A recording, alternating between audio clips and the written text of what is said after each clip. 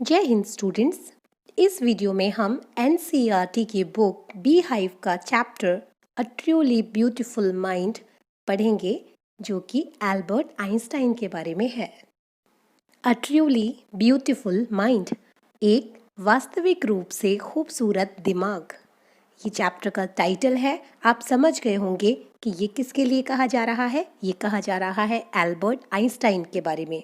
Screen पर आपको Albert Einstein नजर आ रहे हैं।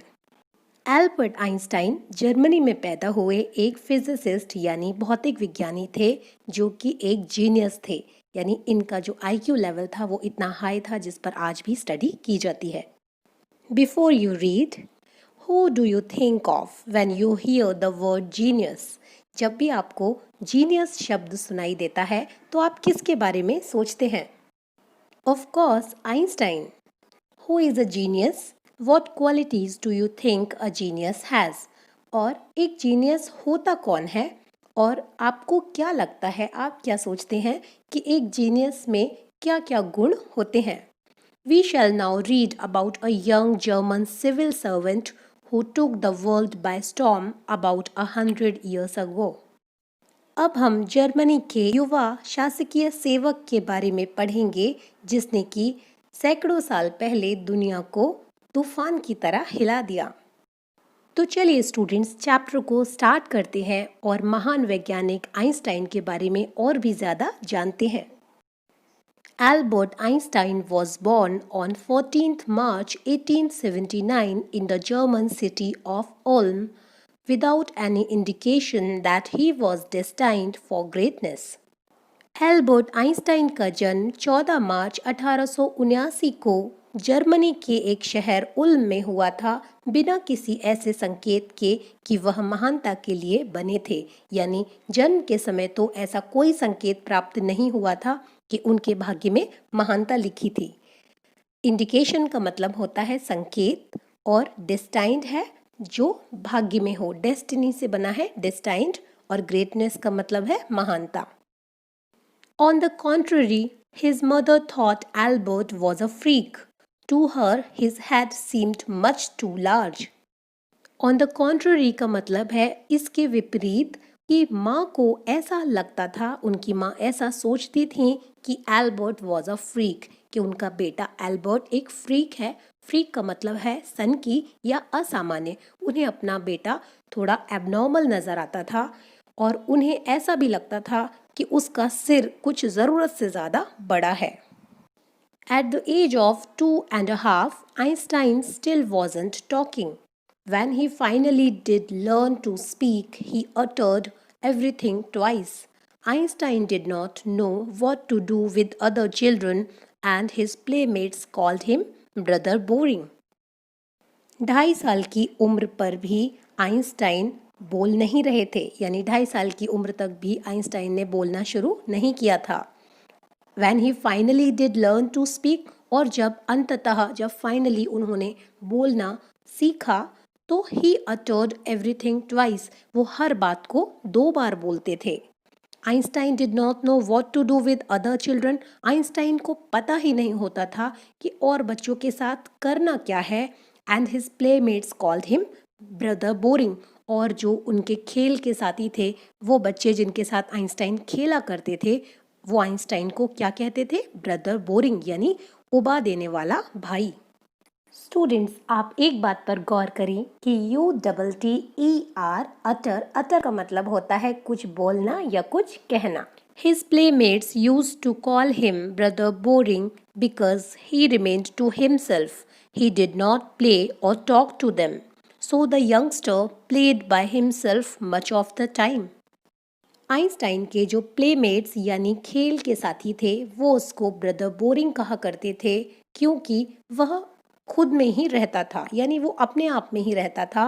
ही डिड नॉट प्ले और टॉक टू दैम, वो उनके साथ खेलता नहीं था, उनसे बातें भी नहीं करता था। So the youngster played by himself much of the time, इसलिए ये यंगस्टर यानी जब आइंस्टाइन छोटे थे तो ये अपने साथ ही समय बिताया करते थे, अपने आप में ही खेला करते थे। खेलने के लिए ये कभी दूसरे बच्चों के पास नहीं जाते थे, बल्कि ज़्यादातर समय ये अकेले बैठकर खुद ही खेलते रहते थे। He especially loved mechanical toys. Looking at his newborn sister Maza, he is said to have said, "Fine, but where are her wheels?" Einstein को मैकेनिकल टॉयज़ यानी कि जो मशीनी खिलौने होते हैं वो ज़्यादा पसंद थे, वो उनसे बहुत प्रेम किया करते थे।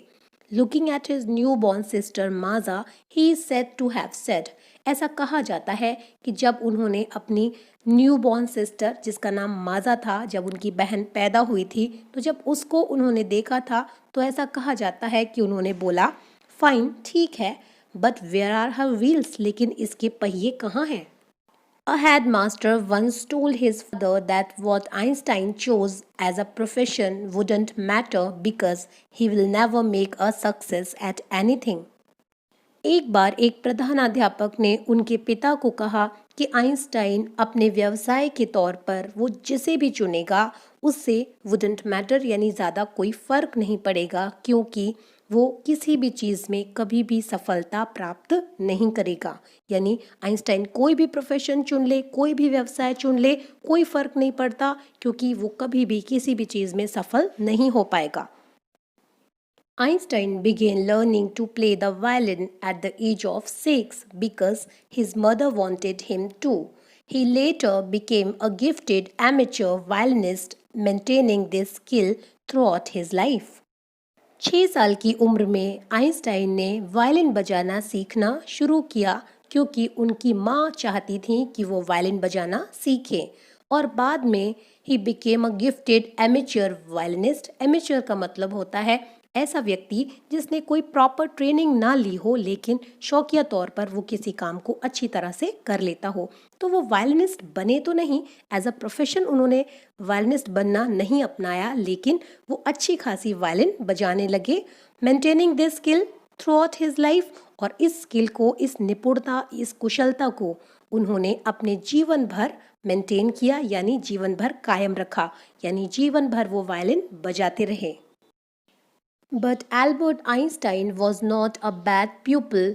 He went to high school in Munich, where Einstein's family had moved when he was 15 months old, and scored good marks in almost every subject. लेकिन एल्बर्ट आइंस्टाइन एक बुरा स्टूडेंट, प्यूपिल मतलब स्टूडेंट, एक बुरा स्टूडेंट नहीं था। He went to high school in Munich, Munich के high school में वो गया, where Einstein's family had moved when he was 15 months old. Munich जहाँ पर कि उसकी फैमिली तब शिफ्ट हुई थी जब आइंस्टाइन केवल 15 महीने के थे, and scored good marks in almost every subject. और जब म्यूनिक के हाई स्कूल में आइंस्टाइन गए तो लगभग हर विषय में इन्होंने अच्छे अंक प्राप्त किए। Einstein hated the school's regimentation and often clashed with his teachers. Einstein को नफरत थी अपने स्कूल के रेजिमेंटेशन यानी अनुशासन से, और अक्सर उनका क्लैश यानी कि उनका वाद विवाद या बहस हो जाती थी अपने टीचर्स के साथ, क्योंकि उनको स्कूल के जो ज़्यादा सख्त नियम कायदे कानून थे वो बिल्कुल भी पसंद नहीं थे, जिसके कारण अक्सर उनका टकराव अपने शिक्षकों के साथ हो जाता था। At the age of 15, Einstein felt so stifled there that he left the school for good. 15 साल की आयु में आइंस्टाइन ने खुद को वहाँ इतना ज़्यादा स्टाइफल्ड यानी घुटा हुआ, दबा हुआ यानी सफोकेटेड महसूस किया कि उन्होंने स्कूल कुछ अच्छे के लिए छोड़ दिया। The previous year, Albert's parents had moved to Milan and left their son with relatives. और पिछले ही साल एल्बर्ट के जो पेरेंट्स यानी एल्बर्ट के जो माता पिता हैं वो मिलान शिफ्ट हो गए थे, और उन्होंने अपने बेटे मतलब आइंस्टाइन को अपने रिश्तेदारों के साथ छोड़ दिया था। After prolonged discussion, Einstein got his wish to continue his education in German-speaking Switzerland in a city which was more liberal than Munich. Prolonged का मतलब होता है कुछ ऐसा जो कि काफ़ी लंबे समय तक चले।